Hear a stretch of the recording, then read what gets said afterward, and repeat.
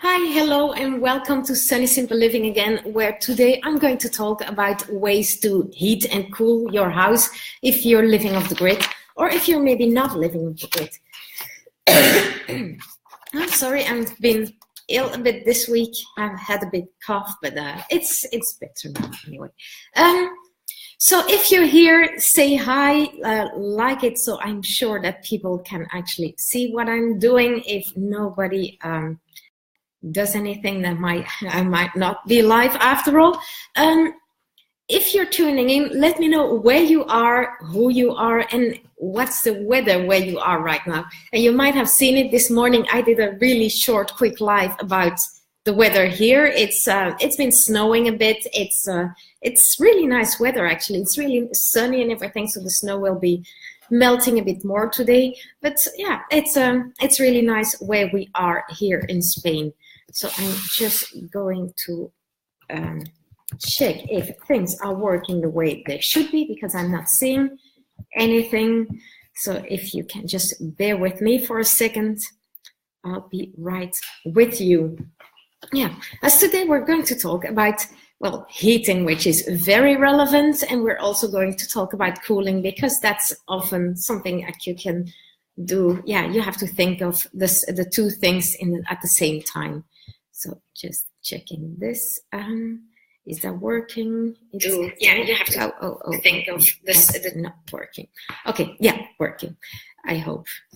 So do hit the like button if you can see me, just so I'm sure things are working. I'm not seeing anything right now, and I know there's people there. So, okay. So let's dive in. I actually have these slides with pictures and schematics and everything that I decided to just do this, after all, just come here live with you today and be on screen basically. And the thing is, I'm not a technical person. My husband Axel is the technical one of us two. And if people are really interested, he'd be willing to do a more technical webinar or something about all of this and about how we are actually heating our house and how the systems really work together. So if you're interested in that, leave me a comment, and he might just do that in a few weeks. So yeah, just for once. So today we're going to talk about heating and cooling an off-grid house, and as usually, it's all from my own perspective. So it's from the perspective of us living in Spain. And well, living in Spain, it's a bit of a fickle thing, there's many different parts of Spain. You can be in the Pyrenees, where it's really cold in winter and when it's quite cool in summer, or you can be in the south, where it's never nice and cool. Like, well, maybe it's a bit nice and cool at night in winter, but in winter it's just far too hot. So I don't know if you know about this, but if you want to know exactly what your limits are, you may want to keep USDA zones into consideration. And USDA zones, it's something that's been set up by the US Department of Agriculture, and it mainly tells you what the minimal temperatures are in a certain zone. So in Spain, we are in zone 6 to 10, and 6 means it can get really cold, like -15 or something, and 10 means it doesn't even freeze in winter. Now here we are in zone 9, and zone 9 means it does freeze a bit in winter, like we have cold nights and everything. So we need some kind of heating. Well, you need some kind of heating when it's +4 during the day, but during the night. But still, it does freeze here. So we have to take that into account as well when we are planting, or when we are when we are choosing the trees to plant. For instance, I have a little lemon tree that can get up to, well, down to -10 degrees Celsius, which is great, of course, which means it can survive here. It hasn't given me any lemons yet, but we'll see about that. So when we talk about heating, I've actually asked the question in the group Living Off the Grid in Spain, like, how do you heat your house if you're off the grid? Or if you're not off the grid yet, how would you like to heat your house when you're doing that? And I got lots of fun ideas and possibilities, and I'm going to go over each of them really quickly. If you want a bit more we might do a webinar about that. So please, if you want to know more about really how to heat a house, let me know in the comments, and we might come on and do a more technical webinar about this. So I've written down 7 ways of heating your house when you're living off the grid, at least. And well, the first one is the most logical one, especially if you live in the middle of nowhere, or if you live in a more traditional, well, traditional Spanish, I mean. Many of the houses here, especially the tiny houses in the village, they have really, really thick walls, which means it does take a while for them to heat up, but once the heat is in there, it just stays in there. And that's called thermal mass. So you have such thick walls that it will just keep the heat out and keep the heat out in summer and keep the cold out in winter, more or less. Especially if you do that inside a mountain, like we have built our house half inside our mountain hill. And that means that it has quite a good constant temperature, especially here in the big room down where I'm, well, not this one though, but the one below. It's into the mountain, so it's quite cool in summer. It's quite, well, not warm, but it's not cold in winter. So it's a really nice room for putting our wine barrels and things like that, or for just saving food and things like that. So putting our veggies. So that is passive heating. Another way of doing passive heating, or a way to not only do just a thermal mass, but to really heat your house, is we have really nice and big windows in our house. And that means a day like today, I think it is maybe plus 2 degrees Celsius out there, so it's really cold. It's, well, there's snow everywhere, but we don't have the heating on right now because we have sun coming in, and it's nice and warm in all the rooms. So that's a really good thing to consider. However, there's a backside to that, which is that it could get too hot in summer if you're not doing it right. We're getting to that in a minute. So that was the first one, heating with passive heating, so just using the sun and using thermal mass. A second way of doing that, of heating your house in winter when you're off the grid, is just conventional ways of doing that with fossil fuels. And you can use propane gas, you can use diesel. Like, I know people who have a big tank of diesel and who just heat their house with that in winter. That can get really costly though, especially if you want a nice temperature. And it's also, yeah, it's quite, especially if you have the big diesel tank, it's quite an investment as well. And it's fossil fuels, and we actually moved here to get away from everything, well, to be a bit more sustainable as well. And using fossil fuels is, yeah, we do it. We have propane, but it's more of a backup for the heating. It's we hope never to use it, and still we end up using it because our system isn't quite optimal yet. We have more insulating to do. I'll talk about our system in a bit though. So sorry about that. I'm really sorry. I'm coughing my way through this live, but yeah, that's just what it is, right? So a third way of heating your house in winter is a solar boiler, and that works quite well as a backup. So solar boiler is where you have a panel on your roof usually, or somewhere else on your land, and the sun will heat that, and the water in there will go to a big inertia tank usually, and that will heat your radiators. So basically your heating will be sun heating, but it will go through, well, the sun will be heating the water for maybe your radiators, maybe also your hot water, your shower water and stuff. Now that works great when there's sun, and even in Spain, there's days without sun. We do get fog, we do get, yeah, cloudy days. We don't get that much rain in winter, especially here. We get more rain in fall and spring, but we still get, yeah, cloudy days, which might mean if you're depending on solar heating, on a solar boiler, you might not get heating on cloudy days, which is not much fun. So next on our list is just a stove, and we have a wood stove. You can have a pellet stove as well. You can use coals, you can use whatever you really want. We'll talk about that in a minute too. But we do have a stove, and that stove can be just standalone, like a small stove. If you have a small house or a small room to heat, it can be hot like really quickly. So yeah, it's really useful, especially if you have lots of wood. Like we have olive trees, we have almond trees, we have lots of wood around. We have pine trees that fall over, so we could just we should actually go cut off some pieces of that and to use for next year's wood stuff. Because if we cut up pine trees, there's a lot of resin in there, and that should really be laid to rest for at least a year so it can dry up. Otherwise, your wood stove will just be full of resin, which is not nice. It clogs it as well, and it's sticky and it's icky. So let's not do that. Another thing we really considered before we moved here off the grid was a heat pump.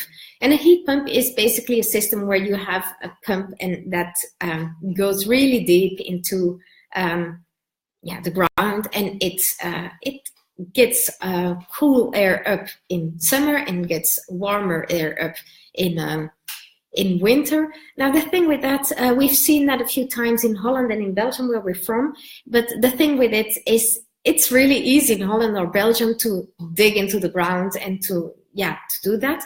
But here we're on clay really hard, or there's lots of rocks as well. So we would have to dig through rocks. And it was we looked at it, and it was a really, really expensive thing to do. And we weren't even sure it would work because nobody else we found who was doing it. So we're not even sure how it would work here in Spain, and it would be really costly. So we left the heat pump for now. Another way I should mention, because it really made our top 2, it's a rocket mass heater. And a rocket mass heater is actually a build-it-yourself thing. It's an intricate system where you actually use a lot less wood to have a lot less heat. The thing is that it costs a bit of time to get into it. So before your whole rocket mass thing is hot, you maybe want heat right away, and that doesn't work. And also the thing that put us off doing it for now is that it would be really difficult to integrate at that time. We couldn't find a way to integrate it really with our central heating system, not a way at least that would be acceptable to authorities. And since we have a bed and breakfast, we need all the systems, all the installations to be official. We need people to sign off on them and to say they're safe and everything. Otherwise, we wouldn't get a certification to host people, to have guests. So, but we're still quite in love with the rocket mass heater idea. So we might still do it in our next house. You never know. And another thing I looked at as well is I would love to have an Aga stove, which is one of those really big old stoves where you have an oven, and it's usually either wood or coal heated. In our case, it would make sense to do it with wood. And it's just, you can cook on it. There's an oven in it. It heats your house at the same time. You can connect it to central heating. And somehow, I got talked out to it. They're not cheap, so somehow we didn't go for it at the end. But it's still at the back of my mind. It just looks awesome, and it's just the idea of being able to cook where you're heating as well, and that's really a nice idea.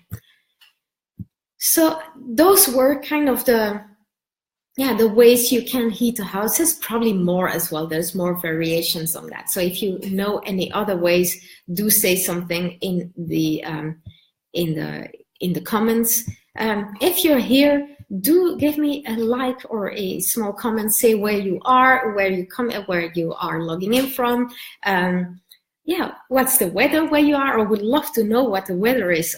Is it as cold as here? Well, it's not cold inside. It's not even sunny, but outside it's really cold and freezing here. So I would love to know where you are. And I'm not seeing I know there's people there, and I'm not seeing anybody. So something might be going wrong. And in that case, I'll just log in afterwards and react to all of your comments. Sorry if that's the case. So next on my list is what to heat with, and that was a really funny one because that was a question I just asked people in the group Living Off the Grid in Spain. I just asked, how are you heating your house? And a few funny things came out of that. So we just talked about heating with wood, for instance.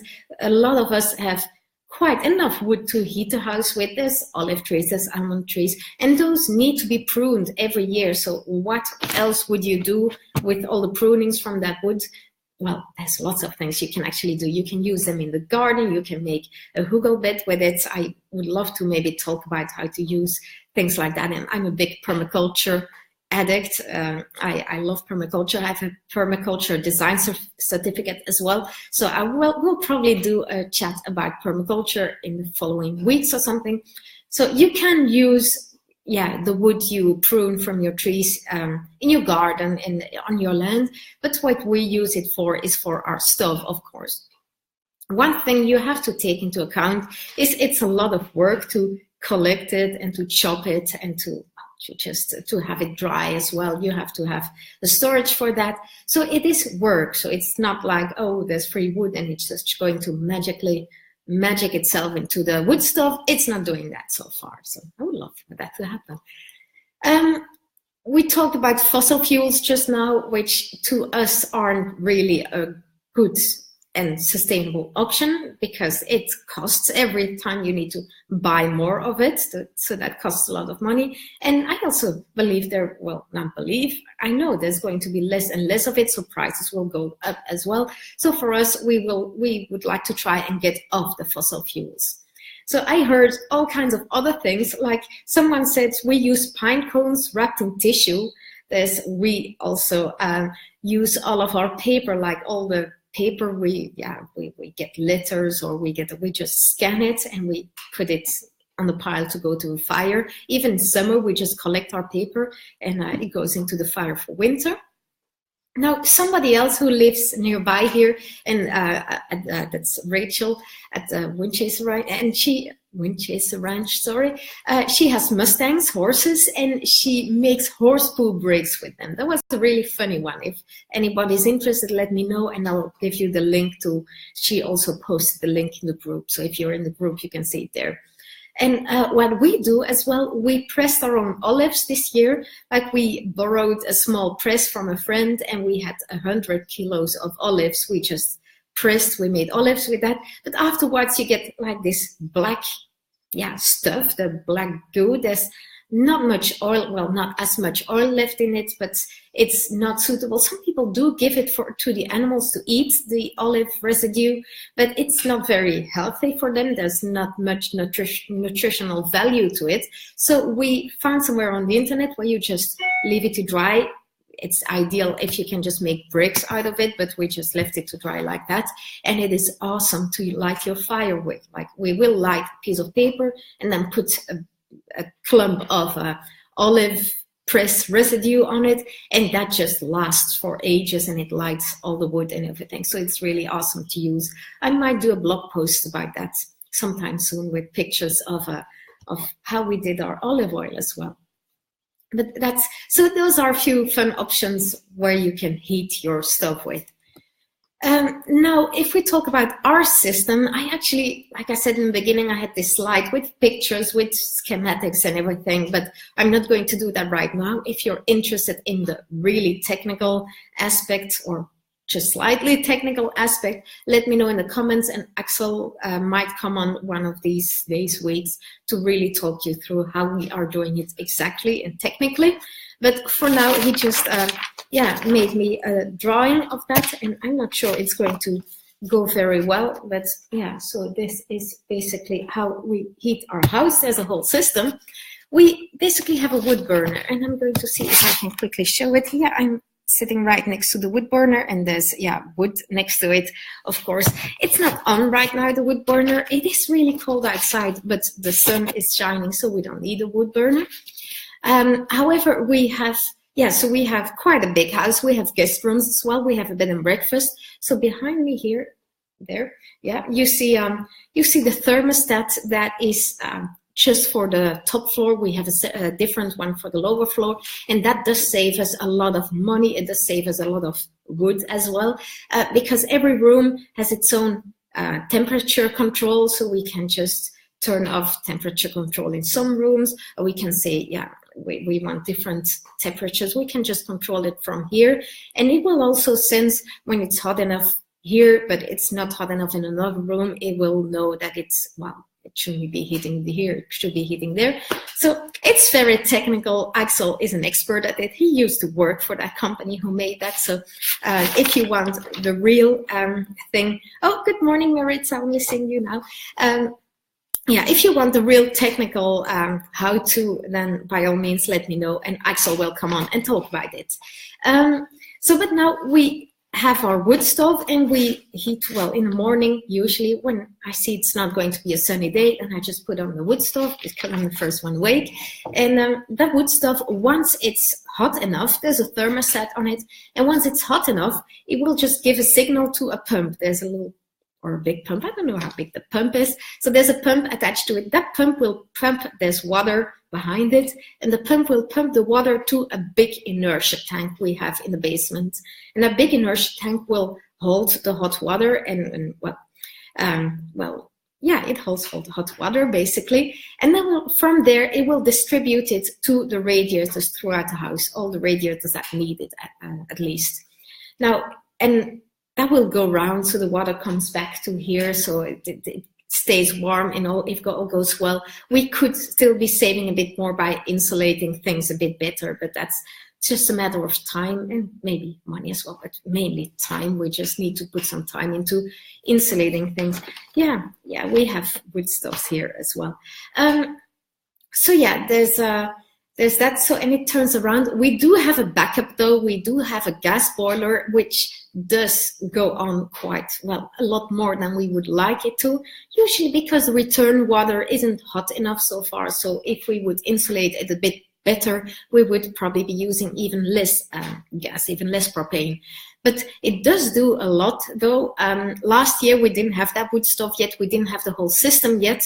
And it was really, we would use like a bottle of propane a day, and that costs a lot of money. And now since we have this, we are using like a bottle or maybe 2 bottles a week if it's really cold, but and that's for cooking as well this year. So it's slightly bitter. So just a bit more work to be done, and someday it will be perfect. We are also planning to attach a solar boiler system to it, so that when it's sunny, we don't need to put on the wood stove at night either. It just it's just the sun heating it, the wood heating it, and hopefully no gas needed at all. We'll see how that works out though. So that is basically the gist of how we are heating our own house. And that's the big thing of how to heat your house when you're off the grid. If you have any questions about it, don't hesitate to ask. If you would like to share, if you're off the grid and you would like to share how you are heating your house, by all means do so. I really like to hear how other people are doing it and how they're not doing it, and what's working and what's not, because I'm pretty sure one day we'll build another house of the grid, and that will be completely perfect. This is a bit our laboratory. We're trying out lots of stuff, experimenting with things, and sometimes it works really well, sometimes it just doesn't, or sometimes it works a bit. Usually most of what we have works at least a bit. And some things have just not been installed well yet. We need some more finishing. But yeah, so that's heating. Now, one thing I would like to mention as well, although it's not the season for that unless you're in Australia, it's cooling your house.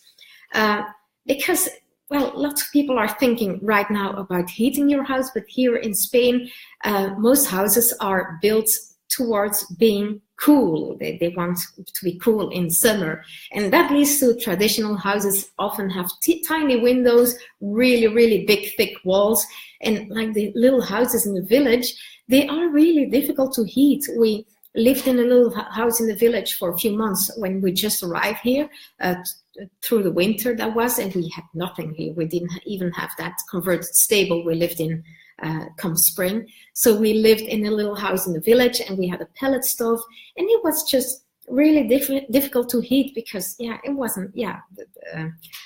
was quite humid inside, and it took a long time to heat up those really thick walls. But once it was hot, it stayed nice and warm, of course. Thermal mass, right?